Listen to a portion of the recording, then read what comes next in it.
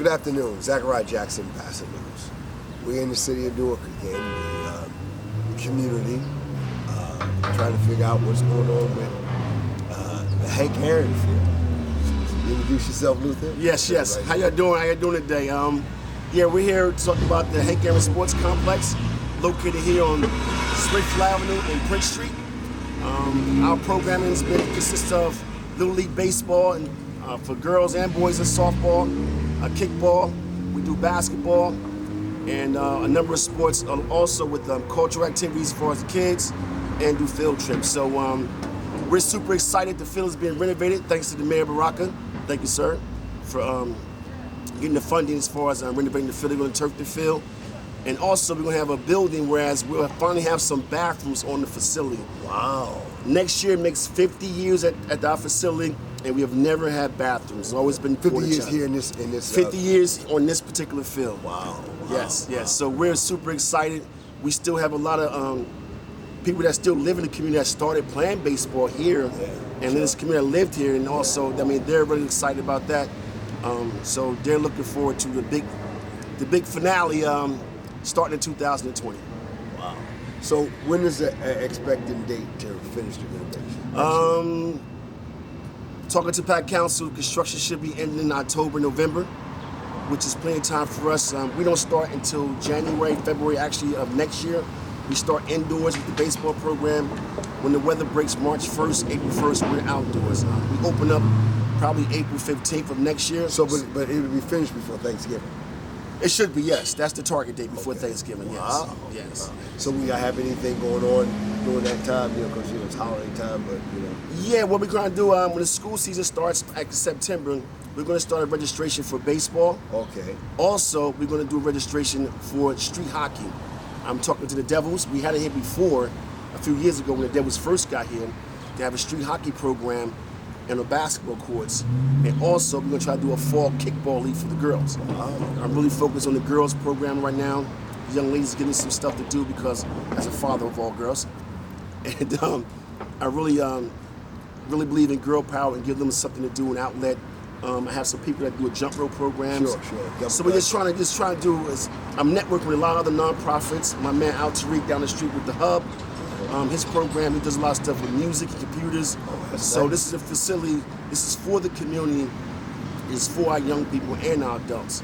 So yeah, we're looking forward to, like I said, a lot of different programs. We have a senior program with the building. They can come in here, they can do the outside aerobics, they can walk around the field, so it's a community partner, so we're looking forward to that. Let's go back. You say that this field has been here 50 years.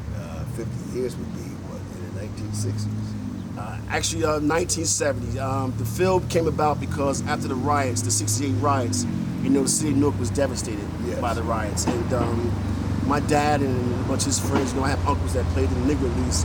So they were big baseball fans. I'm a big baseball family, I remember. These wear shorts a lot, right? Yeah. Okay. Yeah, okay. big toots. Yeah. So him and his friends, Mr. Bradley, who's the basketball coach named after Mr. Woods, Mr. Green, Mr. James. There are a number of gentlemen that was from the community, that worked in the community, and want to do something for the young boys in the community, especially promote baseball. And so what they did was they started actually playground in the peanut field between the projects. Remember the peanut field? Yeah, right behind my building, of course. So he's actually playing baseball on concrete. So that's right. It came asphalt. with those wool uniforms. Yeah. Okay. I remember So they brought in the field. They finally got this lot with the housing authority because at that time, Newark Housing Authority acquired most of the land from the riots for redevelopment. Right. So one of the things they came up with, they made this a Superfund site, which made from Green Acres, which allowed them to start the baseball field. Right. I still have the old pictures. I meant to bring them by here. I just got too busy. Sure. I'll show you some old pictures of when the field first came about. They're in black and white. Okay. And remember Springfield Avenue, there's a bunch of stores on Springfield Avenue. All the way down. All the way up and down the street. So they started here in 1970 as far as the official programming. And with the help of the Housing Authority, Mr. Fred Butler, he was in charge of the development process and the communication assets for the Newark Housing Authority. And so what he did was, he networked, they partnered together along with the famous, infamous Mayor Ken Gibson, rest his soul. Yes. Thank you, Mayor. I got pictures of that. At that time, our council person was Mr. Westbrook. Westbrook, yes. Okay, Yes. yes. Along with him and Mr. Calvin West. Right. Calvin West was a big funder as far as all the programming. So, so they started the baseball field here. Like I said, I got a bunch of old pictures and all that kind of stuff. One day we need to sit down and go through that. Yeah, that'd be fun. You're a bugger. I think I might have you in one of those pictures too. One of those teams. I never played. I was always a bike, mini bike and bicycle. But I knew the importance of it because a lot of my friends played, Crawford. Yeah, Crawford was real good. Yeah, excellent hockey player too. Oh, excellent. He was all county hockey. Yeah, Crawford. Yeah. And I would come with him sometime and everything, but I never played. But it was an important place to have. Now I worked here, I believe, in '78 or '79. Okay. In fact, I'm gonna even go back to maybe '77. I used to clean this field. That's right, for the speedy broker, yeah. Right. Yeah, that's one of the things, my dad did from the ComSec because he worked for a housing authority, Mr. Bradley. So what they did, partnering again with the city in the summer program, let's hire some of the kids, they play here, let's teach them how to take care of their own place where they live at. So that was a concept we had as far as But it didn't look as big as it is now, though. The field, oh my God, this place is growing so much. But to have bathrooms here would be good. Yes, like I said, we've been doing Porta Johns for 50 years, man. So it's I'm super excited about the whole program, the renovation piece. The kids are looking forward to it. The community looking forward to it. We have set programming in place. Like I said, once the 2020 open up, we're off and running. Again, we have. We're partnering also with the Pop Warner football. Oh, good. My man good. Jimmy Wright. We're going to have those kids play baseball and vice versa. Okay. Baseball kids will play football. And again, our biggest thing is going to be focused on girls softball, girls kickball. That's good. Some programs for the girls. Yeah. No, you can't leave them out, especially today. Yeah, for a long time, a lot of the issues, a lot of the young people's fights always happen to be a lot of girl fights. Not too many guys fight, but a lot of the girl fights.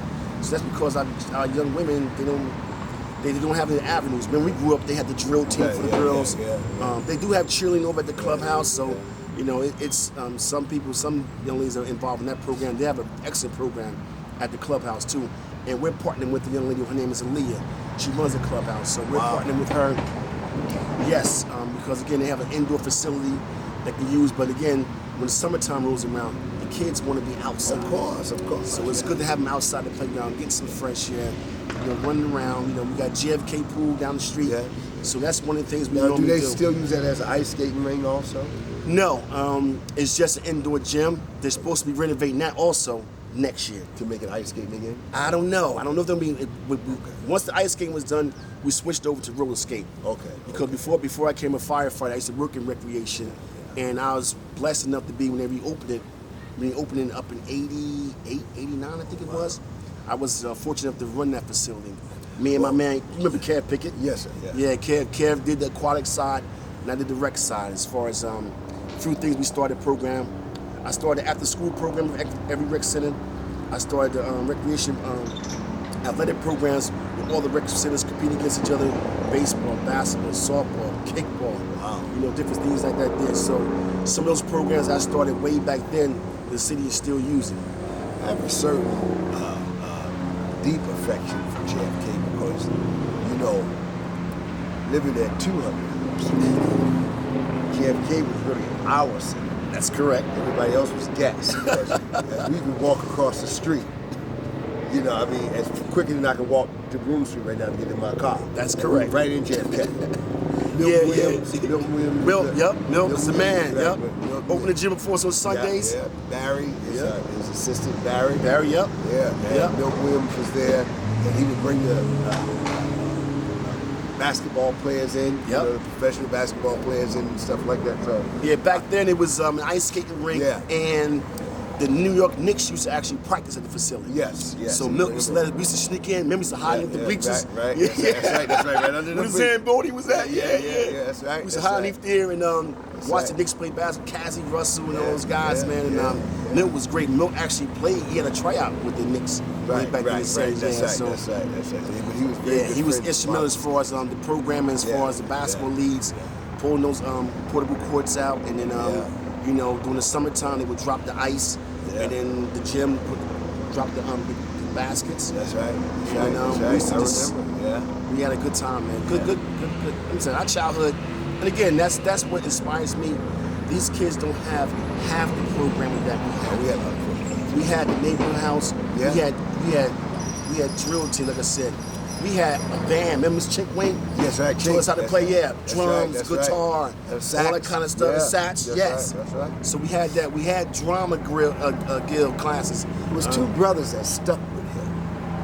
They stuck with Chick because I remember when Chick did that. A lot of us went out, but you know, the instruments were very hard things. It was Kurt Walker and Tony Walker. There you go. That's right. They lived on Mercer Street. There you go. So every Sunday morning, well, you lived on the other end, but see, you lived across his window. I was 200. I was right across from the opening of JFK. So we on Court Street, so right. we had the 5A apartment, so our bedroom used to face Court Street, and so their bedrooms from Mercer Street.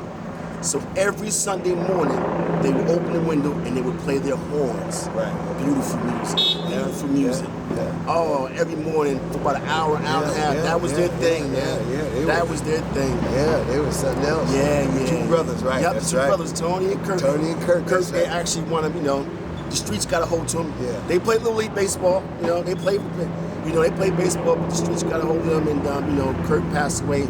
I think it was late 80s. And Tony is actually still incarcerated. He still plays his horn. Wow. He's like the barber in the prison, but he's. I like to get it. Like to contact him. Yeah. Find a way. I like to really contact. Yeah, I'll find out because you know the guys. You know everybody talk. You know guys locked up. They still tied to the streets and the hood. Tied to the community. Yeah. So Tony's just those two really stuck with him. Yeah. And they could play.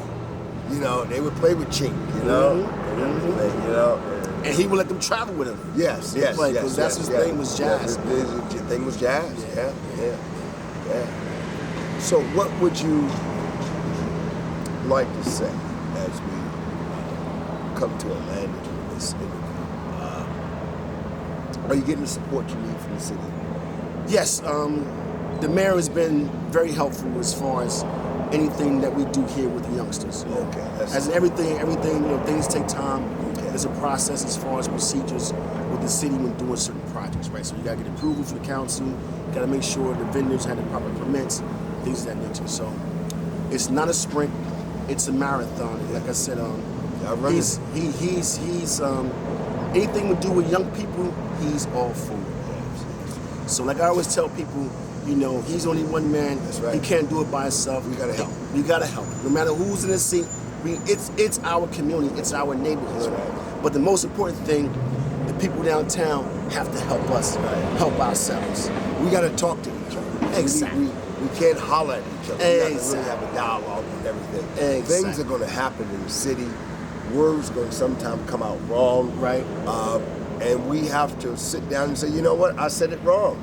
And then we have to not, you know, grind each other of something that we did wrong. You know, you never know what's going on in the person's life. It's okay to disagree. That's right. But the main thing is checking your egos, and once you have the common interest, this is what we're going to do, and everybody have to buy in. I think that we have to grow to a level of we don't have to always kill it to start over. Right. You know what I mean? We got that, you know, that syndrome where we got to kill the whole thing. Kill everybody. Knock everybody out and start all over. No, we don't have to do that. Exactly. It's our jobs as watchdogs to be on this part. Thank you. Be on this part of the joint. We're just gatekeepers. Right. Gatekeepers say, hey, you know, you need to do this right here. And sometimes they need that because you're at a different gear. You remember the 10-speed, you got 10 different gears. That's you correct. You can't pull a gear in 5. They may be in 5, we in 1. We know what's going on because we here. That's where correct. they are working here, they're going here for this function, that function. And sometimes it's good that we have to have a dialogue with them and talk. Let's not always be the people. Yeah, and like I say, Kill the whole- it's knock the whole thing out. It's okay to disagree. Yes. You know, we're all human. Number one, we're all adults. That's right. But That's the right. main thing is understand your purpose, right? Right. You're elected official. I'm a firefighter. Right. What's my title? I'm a public servant. That's right. My job is to serve the public. My parents serve the public. That's right. So they installed that in me and my brothers. That's right. This is what we do. That's We're right. public servants. We're not asking for money. We don't get paid for this. This is what That's our right. calling is Yeah, from the yeah. man upstairs. That's right. That's God right. gave us his calling. That's You know right. what I'm saying? That's right. And I That's cut a deal with it. I said, listen, do what you ask me to do, Lord, as long as you take care of my family. That's right. My family is good. I'm blessed. And I'm just trying to help somebody help his people. And again, going forward, you know, we're going to work with them as much as possible. Yes, you yes, know. yes. And again, and it's all about accountability. We're not It's about enemies. Let's not portray us on the world stage as Right. enemies among Right. each other. Because see, today, like when this interview hit, right, on social media, this interview go all around the world. We may get 10 hits, but we don't know one of them 10 hits may be Russia, one of them, maybe Germany, maybe England or whatever. You know what I mean? So the idea is that the things are traveling and things, so we have to be very careful of what we show. Let us not show always two fists ready to bang each other down. Yeah, Because all we have is each other. That's that, man. Say it again. That's all we have is each other. That's all we have. At the end of the day, I'm back right here. I was born right here on Right Howard Street, there. 1963. You old guy, Right, man. 1963. All right. You know, my This is mother our moved community. in April of 1963. I was born in June. You understand what I mean? I hear you. Howard Street, 1963. That's us. This is our home. This is it. It's our So, home. you know, no matter where you go, you carry, I carry the 7 buildings. I carry Edward Scudder Homes project, and I carry Newark. That's what's up. Because everything I am is because of the city. We're the fabric of the city, right? That this is what made us, and this is what we portray. And right now, what's so crucial right now, we have a former mayor that's running for president. Yes. That's Yes. huge for from us. this city. From From this us, city. yes. Right, from He's us. representing us. Exactly. Newark, the third oldest city in the country. Yes. The third is Boston, New York, and then it's us. Wow. Well, we 350. And about 2 we're years on the map right now, worldwide. When Cory Booker speaks at any place, he says we're out from Newark, New Jersey. Exactly. I never gave up the ghost. Mayor Baraka said, listen, when he did his kickoff speech, he said he's not from here, but we made him ours. He's ours. He's another big advocate for young people, for the seniors, right? Because me and him, before he was mayor's councilman, we worked together to bridge the gap. Yes. Having young people Yes. go to senior citizen Yeah, buildings, helping the seniors out. Well, to say, if anyone, and I'll say this right here, I'm not trying to turn this into a political, Oh, no, not at all. but for anyone to discredit the mayor for said he hasn't been out there. No, he was out there. Absolutely. I've seen him out there. You know what I mean? Before the conception of him ever thinking about being mayor, I seen him out there raising hell. yeah, for the tennis association, yeah. Tennis, so many, tennis and many other, Many other things, yes, I was in yes. Washington one time and I seen him in some military thing. You know what I mean? He was down there with Jesse Jackson and him. So he has been out there, and I just think that it's time for us to come together. We're going to have problems. We're going to have issues, and the water crisis, you know, that's an issue that should galvanize us to come together, Yes. right? We understand the problem. Yes. Let's find a solution. We know what the solution is at. It's infrastructure. Yes. The money has to come from Washington. So we have the people in place. Let's go out there and get those dollars Right. and rebuild our city for our community, for our young people, for our seniors. And before we end this, and just let me say this here about the water crisis, is those pipes were in the ground in the 1800s. For a very long time. For a long time. Yeah. It was inevitable. You know, for a long time. So, you know, they're not forever, ever. You understand what I mean? So yes, now we have to, you know, rebuild our infrastructure and let's work together, but let's not beat each other down. Come on, it's time. You know, come on. like eventually, like when Cory was in office, you know, they found the leaks in the system, so he addressed that issue right there. Right. He said, you know, to take care of the leaks in the system. Again, it's an old system. There was no money, infrastructure-wise, to replace all the pipe. Right. But what he did was he sealed all the pipe. Right. So that's a start. You know, and then again, like you said, it's an old system. It's not just Newark. You go to any, it's going to pop up everywhere. It's like I remember they had a study going around about the highways and the bridges. That's correct. And about 10 to 15 years ago. And they said, you know what? Let's not rebuild the bridges. Let's build new ones. And so when you go down south, now you got 7-lane highway. Yeah. You understand what I mean? Remember it's taking 18 hours to get down Yeah, there. Now you're down there in 10 hours. Come on now. I mean, you know, the time that people give me now, I'm like, wait a minute. Wait, you going to Georgia and what? Yeah. You know what I mean? But, you know, so this is the same thing.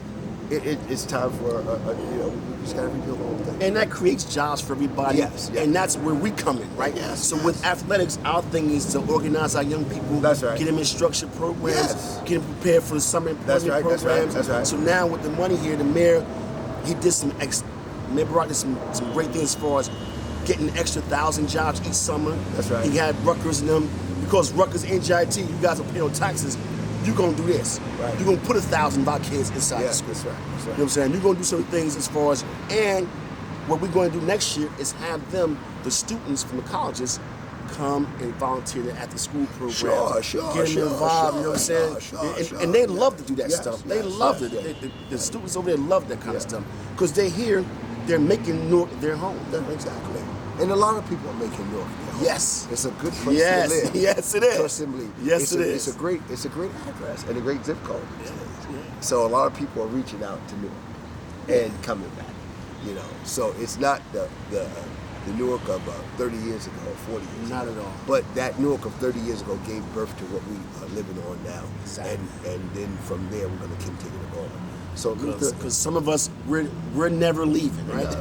I left for 25 years and come back. Yeah. I miss it. We're never leaving. Yeah, it's my home. Moved down the If you way. can survive it, listen, you can live in Newark, you can live in here. And we got how many friends and family friends that live abroad? Come on. Yeah. And they always ask, right? They always ask, you know, how things go. In fact, some of them know more about Newark than you do. Ain't that crazy? Ain't that crazy? You go to the phone and, yo, man, I heard so-and-so. Yeah, they know the whole thing, you know. So, you know, it's a good zip code. It's an excellent zip code. It's an excellent city. Let's work together.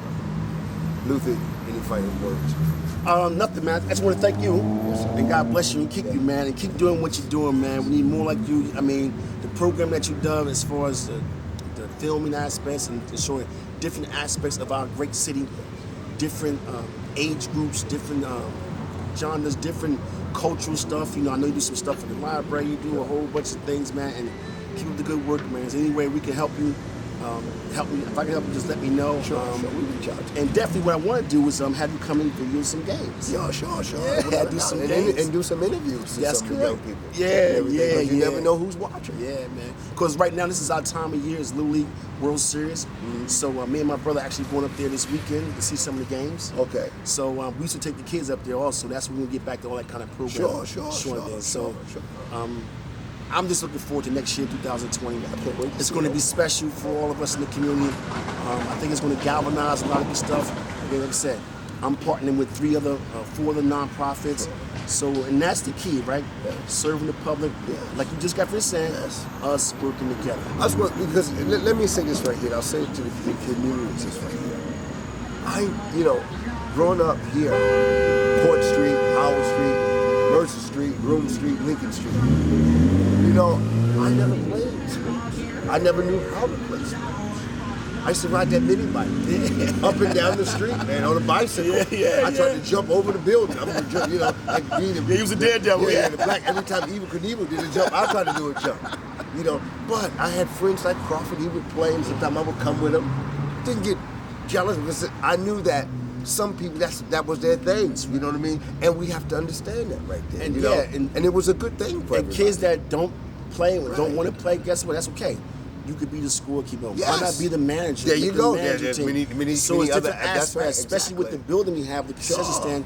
We'll teach you how to run things. So Yes. it's not just about athlete. It's about building that Yes. that Yes. student athlete. Yes, yes, And yes. that community young person. Let's build this community. That's Come on, it. man. It's our time. Yeah. We're able to do what our fathers and mothers only wished they could do.